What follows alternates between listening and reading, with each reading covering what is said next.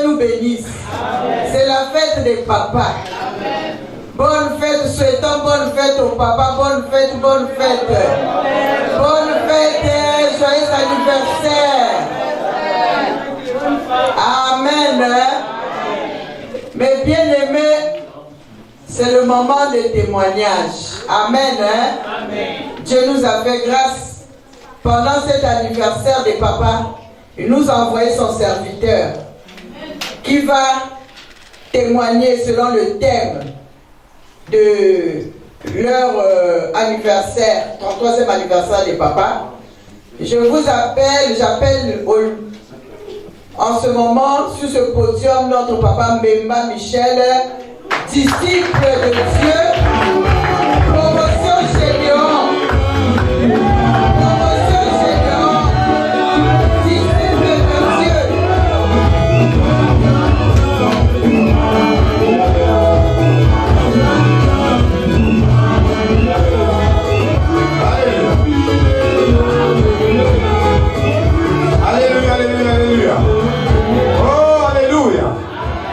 Quelle joie et nuit d'être parmi vous. J'aimerais vous dire quelque chose d'extraordinaire. Je vous aime. Amen. Je vous aime. J'insiste, je l'affirme, je le confirme, la Nidibino. C'est ça l'amour de Dieu. C'est ça l'amour de celui qui nous a créé à son image, à sa ressemblance. C'est ça l'amour de celui qui nous accorde le souffle de vie. Son nom, je vais vous le dire. Vous le savez, c'est Jésus. Amen. C'est Jésus. Amen. Le maître de temps et des circonstances. Le Dieu qui dit et la chose s'accomplit.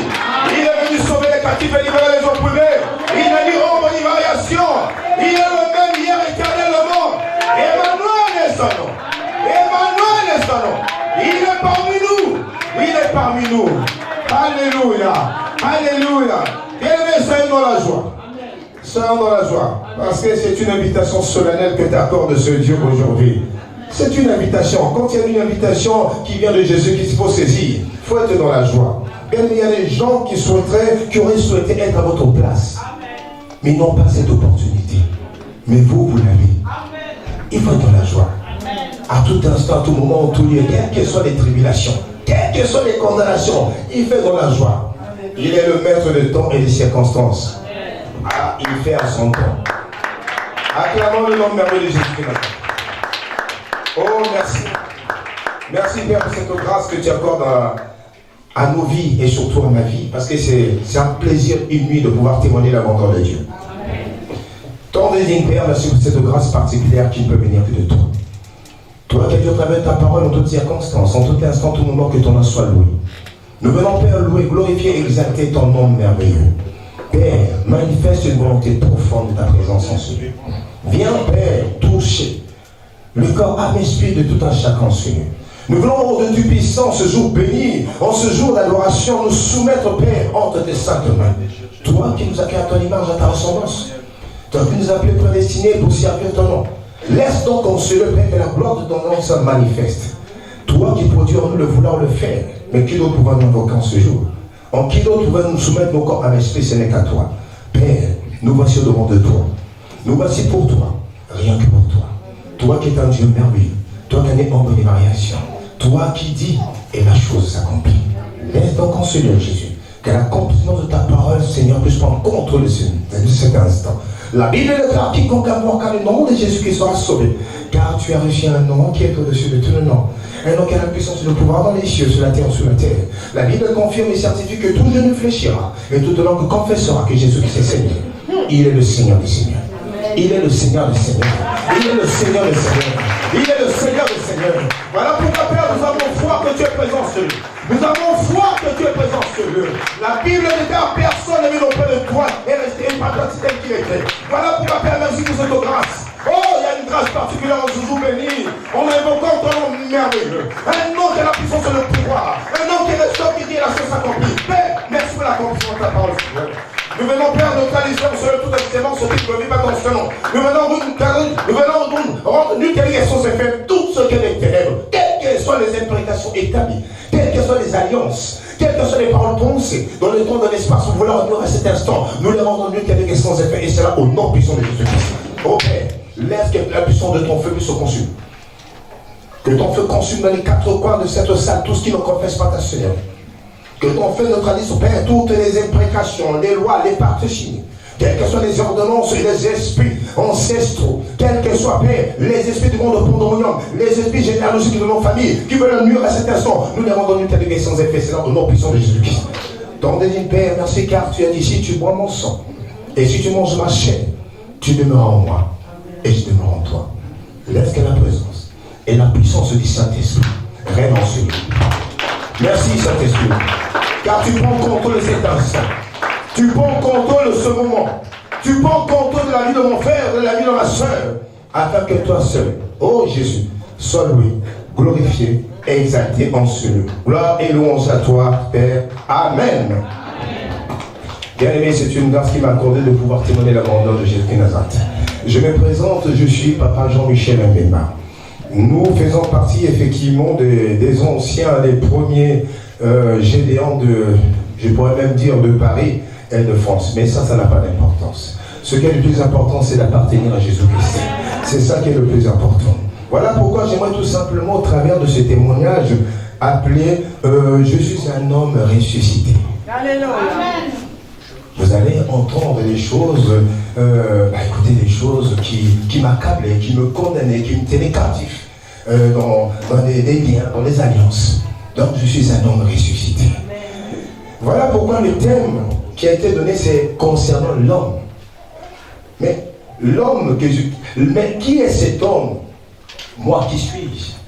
Qui est cet homme qui est au-devant de vous? Mais qu'est-ce qu'il fait dans les champs de Dieu? C'est quoi ses origines? Qui est cet homme? Devant de vous, qui est-il? Mais d'où vient-il? Voilà, effectivement, c'est une grâce que m'accorde effectivement Dieu aujourd'hui de pouvoir témoigner. Cet homme que je suis, d'où est-ce que je viens? Bien aimé, je m'appelle Papa Jean-Michel Mbemba. Je suis né, suivez. Je suis né au Congo-Brazzaville. D'une mère qui est présente, qui est vivante jusqu'à ce jour, gloire à Dieu. Mais le problème qui s'oppose pour ce qui nous concerne la naissance, c'est le mensonge. Mon père, il est de la RDC. Ma mère est du Congo-Brazzaville. À ma naissance, ma mère s'est remariée, a quitté mon père biologique, s'est remariée avec un monsieur. Ce monsieur n'est pas mon père, mais on me met dans les bras de ce monsieur. Ce monsieur a des enfants et une femme, et mon frère. Ce monsieur avait eu un enfant avec ma mère, c'est mon petit frère. On me met dans les mains de ce monsieur, qui n'est pas mon père biologique est à Kin, en RDC. Mais entre-temps, moi je vivais avec ce monsieur, qui n'est pas mon père, qui avait une femme et 3 enfants, mon frère et 2 sœurs, et 2 filles. Ce sont mes sœurs.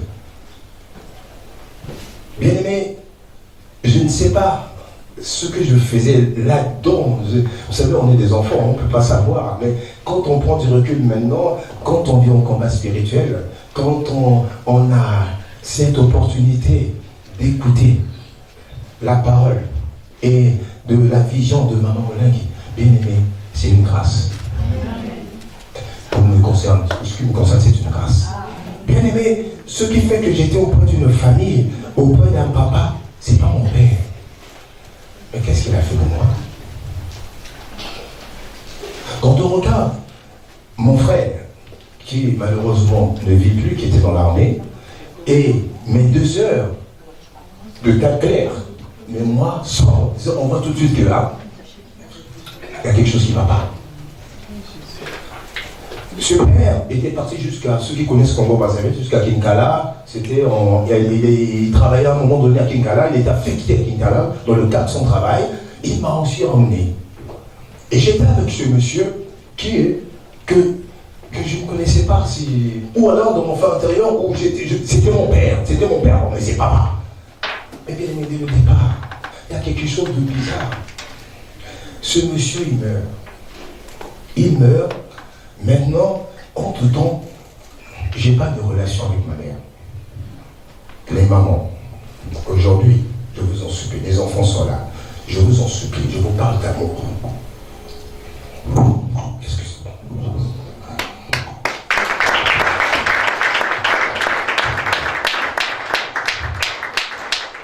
Aimez vos enfants. Aimez vos enfants, quelles que soient les tribulations. Aimez vos enfants, quelles que soient les réclamations. Maman Olympique a eu une vision de vérité. Ne doutez pas. Je ne viens pas au-devant de vous pour faire le beau, le magnifique, l'extraordinaire. Non, loin de là. Aimez vos enfants. Ce papa, le pauvre, on lui met ma vie entre ses mains. Je suis dans cette famille-là. Ma mère ne s'occupe plus de moi. Je n'ai même pas une seule photo de mon enfance. Je n'ai rien du tout. Je ne connais même pas les câlins, rien du tout. Je ne sais rien du tout. Ce qui veut dire tout simplement, j'étais avec ce monsieur. Ce monsieur, il meurt, qu'est-ce qu'on fait de moi? C'est là où, a priori, commencent effectivement les calvaires. Ça veut dire, quand il meurt, ma mère n'a pas de temps pour moi. Du tout, du tout. Alors, ma mère m'envoie maintenant effectivement vivre avec ma grand-mère, côté maternel.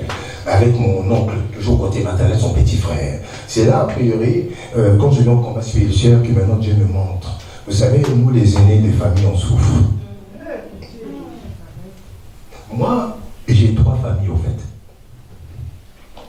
J'ai la famille de ma mère, étant donné. J'ai la famille de ce monsieur, ce papa, le père de mon petit frère. Je suis l'aîné. Et j'ai aussi la famille de mon père biologique. Je suis l'aîné. J'ai 3 familles. Imaginez ma souffrance. Maintenant, ma mère me laisse effectivement dans les bras de mon oncle et de ma grand-mère côté maternel. En fait, tout ce que je vais témoigner, ce n'est que maternel. Je n'ai pas vécu du côté paternel. Le côté paternel ne m'a connu que quelques années après. Moi, pour ceux qui connaissent le football, pour ceux qui connaissent effectivement le sport, le football en Afrique, ça fait vieux, c'est vrai. Mon oncle s'appelle Mbono Jean-Michel, avec un surnom qui s'appelle le sorcier. C'est ce monsieur qui m'a élevé. C'était mon oncle. Ma mère s'est remariée. J'étais entre les mains de moi. Ma grand-mère maternelle et mon oncle, effectivement, qui est le petit frère de ma mère, c'est eux qui géraient ma vie. Pourquoi est-ce que le calvaire commence là? Parce que ma grand-mère maternelle, tout ce que je vous dis est maternelle, ma grand-mère maternelle est la fille d'un grand féticheur, un très grand féticheur. Elle est fille unique. Et ce féticheur-là, arrivé, paraît-il, à relever même les morts. Ça, c'est les échos que j'ai appris. Mon oncle, qui était un grand footballeur au Congo, c'est un monsieur qui a vécu plus dans les fétiches. Il marquait des buts extraordinaires. Et que fétiche sur fétiche? Il était même chef coutumier du village de sa mère. Chef coutumier. Voilà que mon oncle maintenant gère ma vie. Mon oncle maintenant prend contrôle de tout. J'ai une opportunité. Je ne sais pas si je peux dire opportunité. Je viens en Europe. Mon oncle qui est connu étant un grand joueur de football. Mon oncle étant connu étant vraiment un grand féticheur. Quand il marquait des buts, on ne comprenait pas. C'est extraordinaire. Mais le problème qui se passe, c'est que subitement, ma mère, vous remarquez très bien que je n'ai pas de relation avec ma mère. C'est pour ça que j'insiste. Maman, même les photos comme hier, ceux qui étaient là, m'ont expliqué. Oh, ça va, photo là-bas. Faites des photos des enfants. Moi, je n'ai rien. Moi, je n'ai pas de photos de mon enfance. Les canaux, les bisous, je ne connais pas.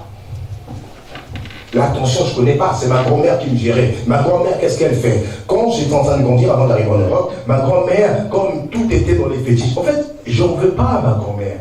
Aujourd'hui, c'est une grâce qui m'a accordée par Dieu. Parce que Dieu nous accorde quelque chose d'extraordinaire. C'est le pardon. Amen.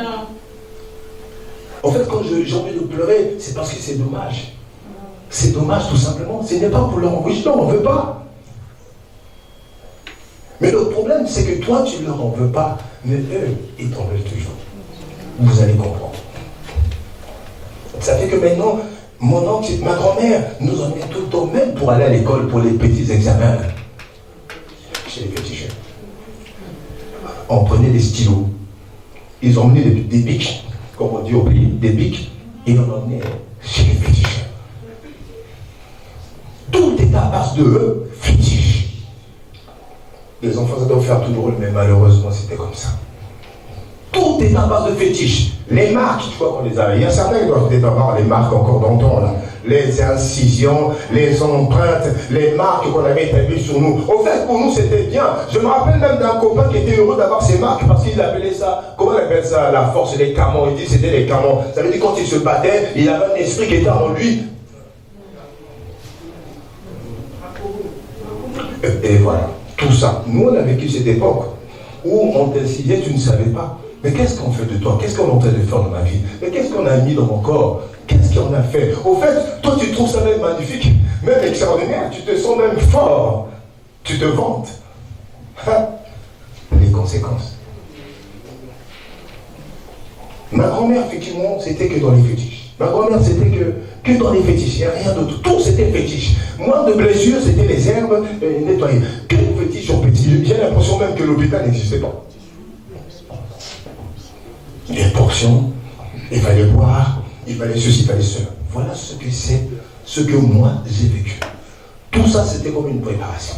Maintenant, je dois venir en Europe. Toujours pas de maman, pas de câlin, pas de bisous, rien du tout. Mon oncle s'occupe de moi. Avant de venir en Europe, on vous amène chez les marabouts. Vous aussi, vous connaissez, c'est bien, en fait, quand vous allez chez les marabouts. On vous met on m'a fait des petits trucs là, des fils. On m'a fait des machins, comment on appelle ça, des colliers là-dessus, avec un gros truc, tout ça. La question qui se pose, mais c'est quoi? Est-ce que c'était peut-être pourquoi je sois le président de la République congolaise? Je ne sais pas. Non. J'arrive maintenant en Europe. Quand j'arrive en Europe, j'ai toujours pas mes bisous de maman, l'attention de maman, il n'y a rien.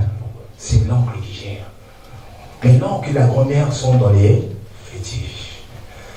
Mon grand-père était là, mais mon grand-père, lui, toujours côté maternel, n'était pas trop attentionné. Alors mon grand-père, qu'est-ce qu'il se... Regardez même la différence déjà, quand je vis avec le père de mon frère.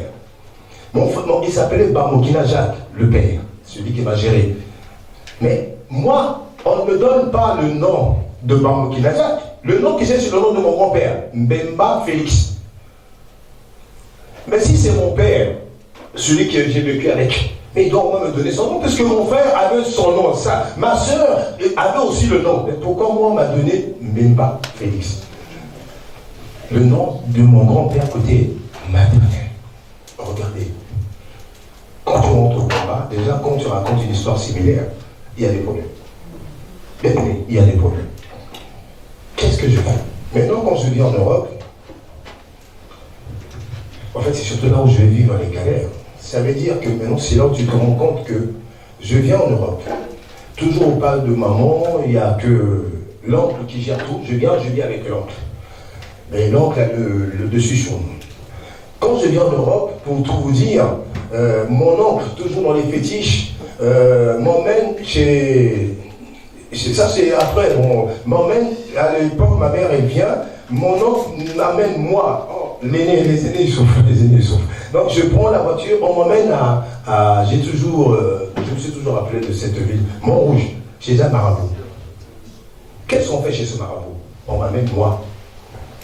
Arrivé chez ce marabout, qu'est-ce qu'on dit? Bon ben il faut, c'est pour ça que je me disais hier, il faut aller tuer un cabri. Il faut que j'aille prendre de l'eau d'une rivière qui est à côté de chez moi. Comme j'habite dans nos éléments, c'est la Marne. Ça, c'est le féticheur, c'est le marabout qui redonne tout ça. Je prends de l'eau, j'emmène. Lui, on l'amène chez le marabout, il me donne une bouteille, je ne sais pas, quelque chose d'évian. Je mets dans l'eau, donc je dois me laver tout le temps avec cette eau. Bien aimé, ça c'est la vie. Pour l'instant, qu'est-ce que je vis exactement en fait? Je me lave avec cette eau et tout. Mais bien aimé, c'était une vie de galère. C'était une vie de condamné. Je vais vais essayer d'être un peu plus... En fait, toutes les séances, tout ce que je viens de vous expliquer, ce sont des condamnations.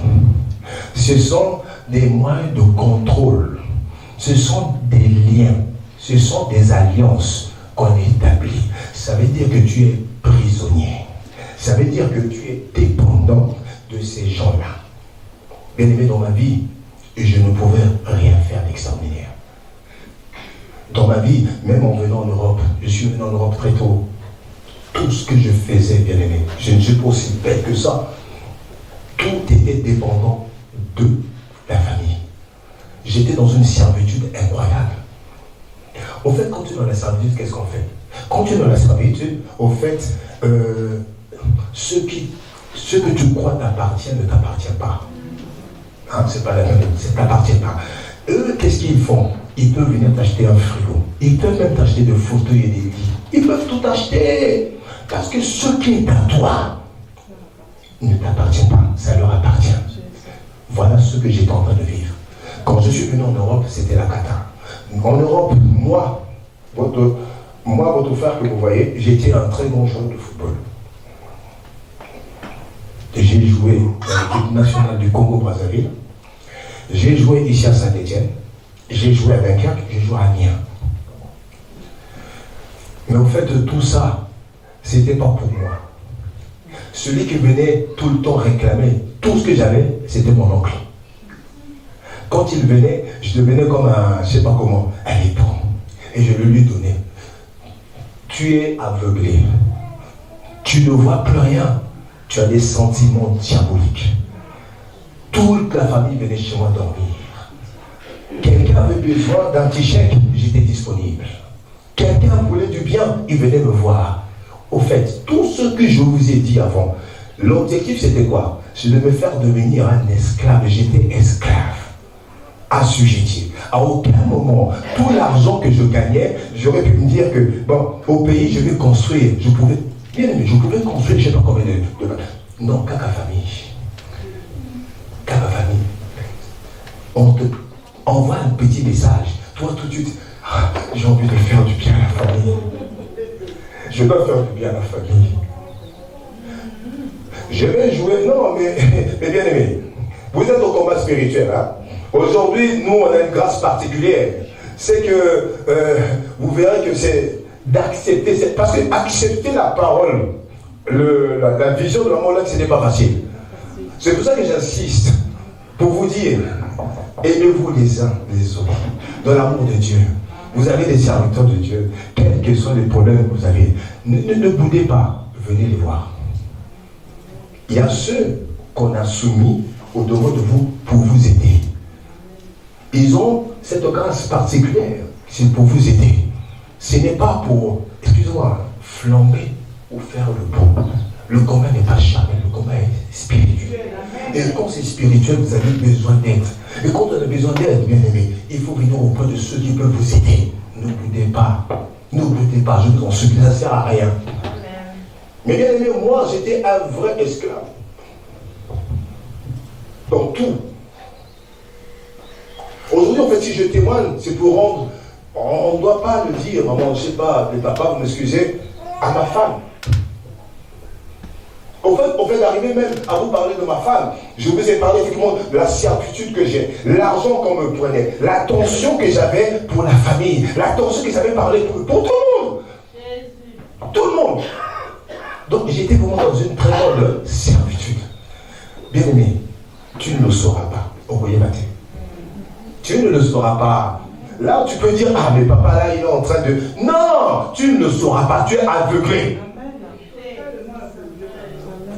Tu as de l'argent, mais tu donnes. J'ai des amis à qui on essaie, on va chez Jean-Michel, parce que chez Jean-Michel, au moins, ouais, il venait chez moi et j'achetais à manger. Tu ne penses même pas à ton avenir. Voilà ce que l'homme que j'étais.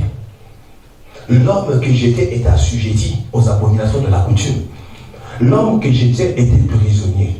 L'homme que j'étais n'avait pas droit à la liberté. Je viens maintenant en Europe. Je vais jouer pour la Coupe d'Afrique au Sénégal en 92. Je suis même le premier à marquer le but de la qualification du Congo. Pour qu'on puisse être qualifié, c'est moi qui marque le but. Oh, quelle joie. J'étais bien là. Ah, mes bien-aimés. Vous savez ce qui est extraordinaire en Afrique, hein? Il y a du pognon en Afrique. Il y a beaucoup d'argent. Quand l'Africain est dans l'amour de ce que... Vous voyez, le football. Le football en Afrique, à l'époque, c'était extraordinaire. Les gens dans la rue te donnent de l'argent. Parce que vous avez gagné. On a changé l'état d'esprit en ce moment de l'Afrique. C'était pas comme ça. Bien aimé, je vais effectivement jouer la Coupe d'Afrique. Je vais au Zimbabwe, je marque un but. Je qualifie le pays. Oh, quelle joie. J'arrive. Maintenant, comme le football c'était mon métier, je vais maintenant voir la fédération et dire, hey, donnez-moi l'argent, tout ce qu'il faut. Il faut un peu de manière. Mon oncle dit non, mais c'est pas grave, c'est pas grave. Repars. Je repars en Europe. Je viens ici. Je n'ai jamais eu l'argent. Les amis qui ont joué avec moi ont dit, oh, mais nous on achetait des parcelles. Un esclave n'a droit à rien. Quelqu'un qu'on a sujeté à la servitude, il n'a droit à rien. C'est spirituel, mes enfants, c'est spirituel. Je dis au papa et maman, tu n'as droit à rien. J'avais de l'argent, je vous assure, j'en avais.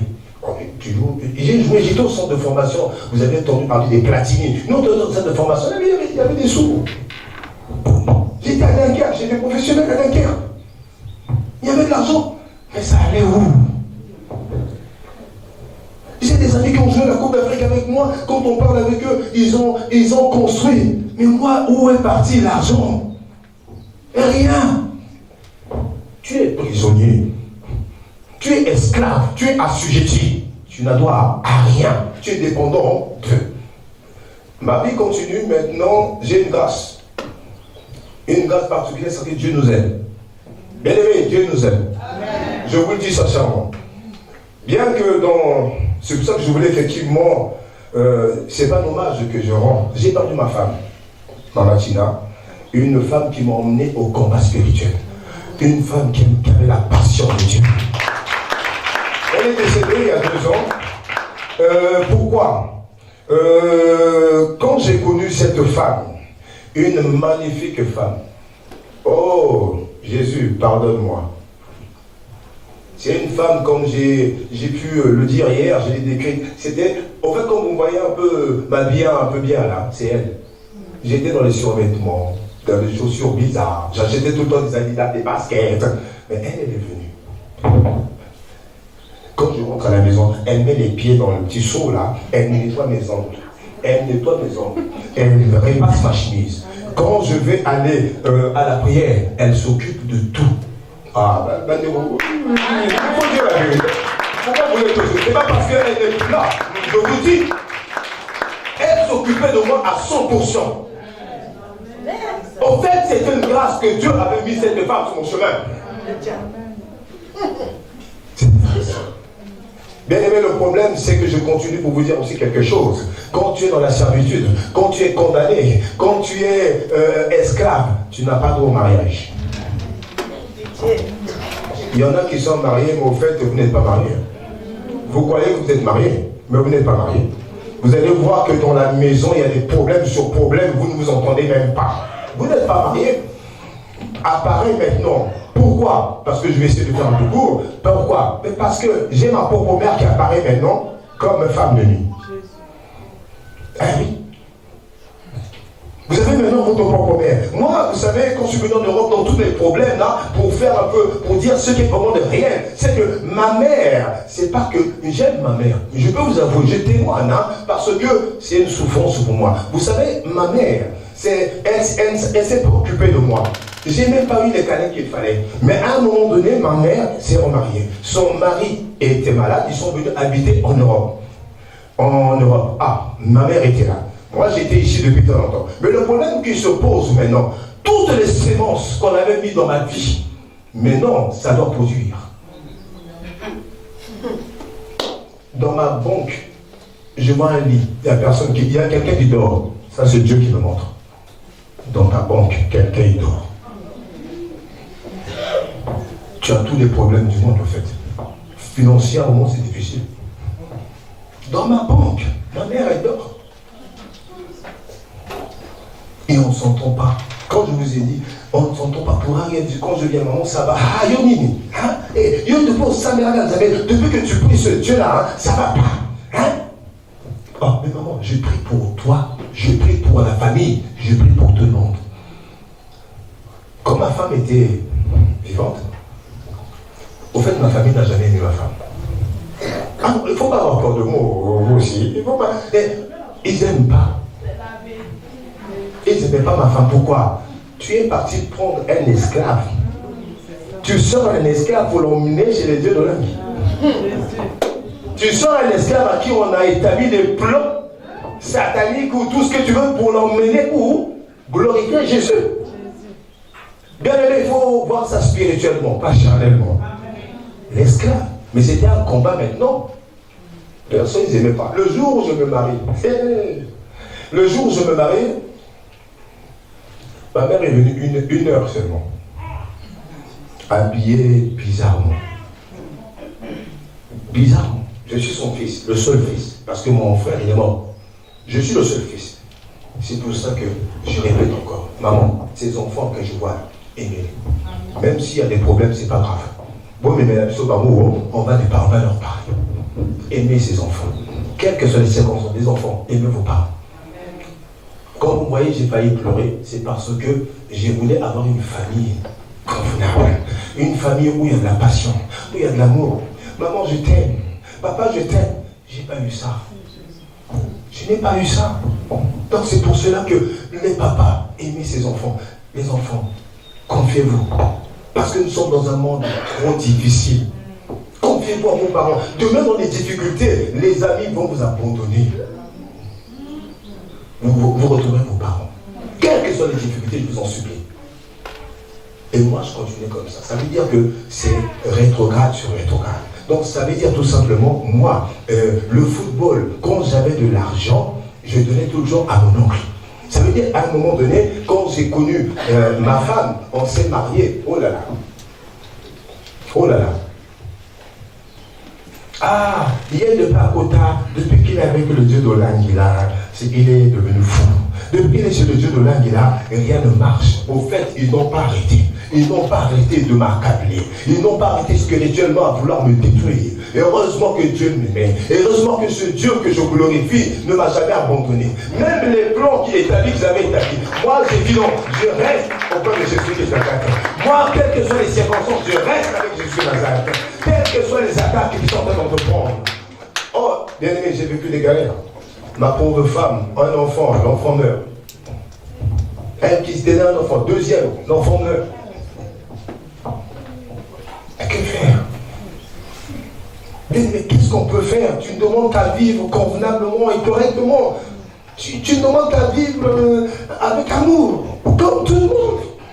Non, ce n'était pas possible. Il continue à me persécuter. Alors quand je rêve, Dieu me montre effectivement mon oncle qui m'avait vraiment bien terrassé, parce que c'est celui qui m'a fait grandir, c'est lui maintenant mon père. Dieu me montre, les fenêtres sont fermées, je suis en train de chercher une fenêtre, une porte pour sortir. Pas possible. Pourquoi? Un condamné, tu vas aller où? Tu es un condamné, tu vas où? Mais quand Dieu te fait cette grâce de te montrer ces révélations, c'est qu'il t'aime. Amen. Mais c'est qu'il t'aime. Bien aimé, mon oncle que vous voyez, ça fait maintenant 6 ans, il a ses enfants ici, on ne se parle plus, ce n'est pas moi. C'est parce que Dieu m'a montré. Quand Dieu te montre la cause et les raisons de ta souffrance, tu verras que les gens qui sont à l'origine, ils vont prendre le large, ils vont t'éviter. Mon propre oncle, le petit frère de ma mère, lui, il ne me parle plus, ou alors quand il vient ici en Europe, il est en Afrique, hein. Bonjour, salut. Ce que je voulais effectivement vous dire là-dedans, c'est surtout Jésus-Christ qu'il faut regarder. Amen. Donc toutes ces péripéties, si je vis, c'est une grâce particulière. Je n'ai jamais, j'ai eu des combats de bien-aimés où je suis toujours, il y a un moment donné, en fait l'objectif c'est quoi? C'est de te faire sortir de la prière, de prière. L'objectif c'est de t'éliminer. Il y a un moment donné, il faut savoir quelque chose, mes bien-aimés. Quelquefois, tu es mort, mais tu es debout. Amen. Moi, qui fais la cure d'âme, il y a des moments où tu tombes sur une personne, il n'a pas de maison, il n'a pas de quoi manger, il n'a pas de femme, pas de voiture, il n'a rien. Il est là avec vous, quelquefois il va même mettre une cravate, il vient. C'est quelqu'un qui est déjà mort. Il est mort. Il n'a plus rien, il est mort. Il fait semblant d'être au devant de vous, il est mort. C'est pour cela qu'il faut s'accrocher à ce Dieu. Alléluia. Ce Dieu-là, qui a mis les gars, le maître de temps et des circonstances. La Bible déclare, mon peuple périt à cause de connaissance. Il faut s'approcher de ce Dieu de Langui qui va effectivement te révéler les choses cachées. Un peuple sans révélation est un peuple sans frère. Il faut vous approcher à ce Dieu. Moi, je me suis accroché. Moi qui étais prisonnier. Moi qui étais esclave. Assujetti aux abominations de la coutume. La coutume étant l'aîné, surtout les aînés, je vous en supplie, les aînés, il faut chercher ce Dieu, il faut glorifier ce Dieu, il faut ne pas abandonner ce Dieu, parce qu'il y a trop de sémences chez nous les Africains qu'on a fait dans nos vies, qui aujourd'hui nous accablent et qui nous condamnent. Deux fois, on va aller accuser quelqu'un. S'il te plaît, n'accuse personne dans ce ministère.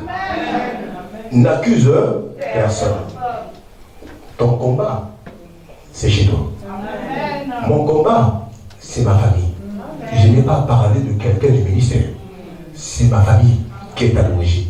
Aujourd'hui, ma famille, si vous voulez, ma mère existe encore. Mais quand je parle avec ma mère, au fait, à un moment donné, quand on assujettit quelqu'un à être prisonnier, il y a ceux qui ne veulent pas lâcher. Mais moi, je sais que Dieu l'a déjà fait. Quand je viens, je commence à prier. Quand ta propre mère te dit, ah, toi tu pries trop, hein? C'est un signe. Je dérange. Moi, c'est par la prière que je vais m'en sortir. Quelles que soient les tribulations de ma vie. L'esclave que j'étais, je ne le suis plus. Le condamné que j'étais, je ne le suis plus. Je ne le suis plus. Je suis une nouvelle créature. Je suis un ressuscité. Voilà pourquoi je me suis dit, je vais faire un tour à Rennes. Pour témoigner. Pour vous dire que je vous aime. Pour vous dire que ce Dieu merveilleux est capable de restaurer, de sauver ta vie, ma vie. Et là, je suis une nouvelle créature maintenant. Je marche tout le temps avec Jésus-Christ. Je loue son nom, j'exalte son nom. Les choses passées, ça ne me regarde plus. Je marche avec Dieu. Je glorifie le nom de Jésus-Christ à tout instant, tout moment. Disponible et disposé pour servir ce Dieu maintenant. Parce que autrefois, c'était difficile. Il faut donner le temps à Dieu. Il faut lui donner le temps de restaurer, de sauver. Il faut lui donner le temps de vous révéler les choses cachées. Ne vous précipitez pas. Ne vous précipitez pas. Il est vivant. Il est ressuscité. Donc ce qui veut dire que dans ta vie, je peux te la voir maintenant à Boussala. Je te le dis, il va faire. Il va se manifester puissamment. Après ce témoignage, Dieu va faire des choses extraordinaires dans ta vie.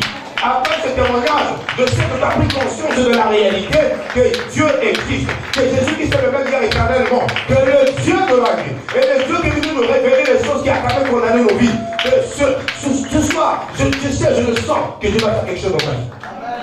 Bien aimés, nous étions des condamnés. Mais aujourd'hui, nous ne le sommes plus.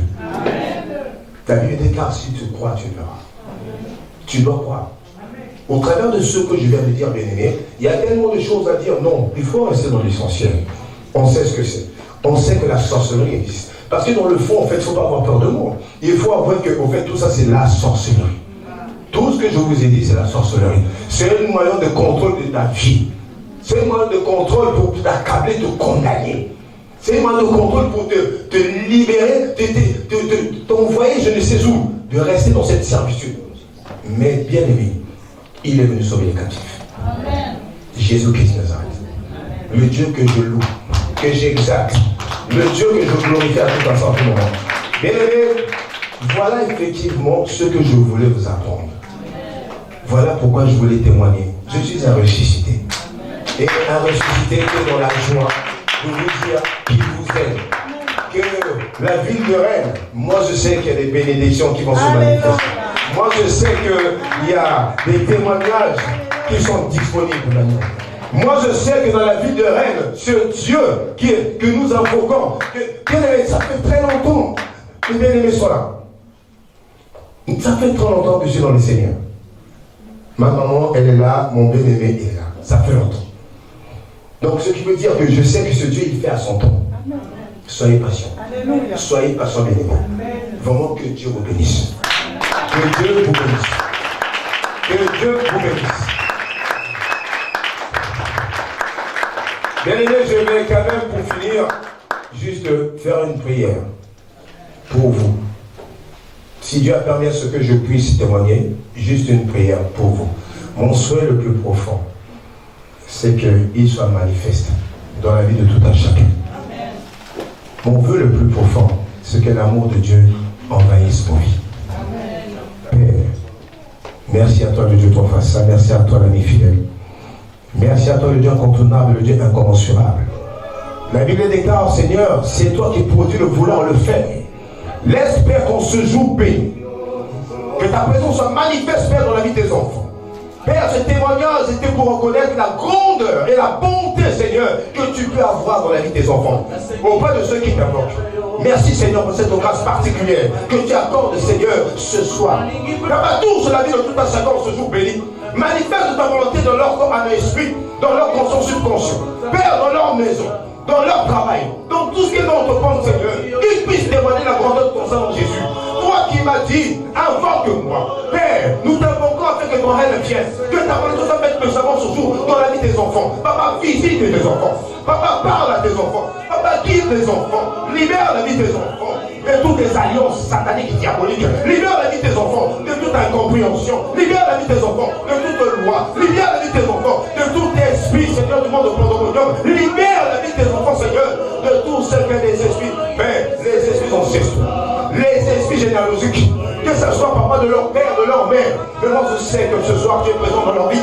Moi je sais que la puissance du Saint-Esprit est en train d'agir dans leur vie, afin que la gloire de Jésus ne soit que pour toi. Papa, je plonge la vie des enfants dans le sang de la foi, le sang de la paix, le sang de la restauration, le sang de la purification, pour faire de tes enfants des nouvelles créatures. Des nouvelles créatures, afin que la gloire de ton Saint soit manifeste par le Saint-Esprit, par le Saint-Esprit, par le Saint-Esprit. Oh Père, merci pour cette grâce. Que la gloire, l'annonce et l'adoration ce jour dans leur vie ne soient que pour toi. Pour toi seul. Gloire et louange à Jésus de Nazareth. Amen. Que Dieu vous bénisse.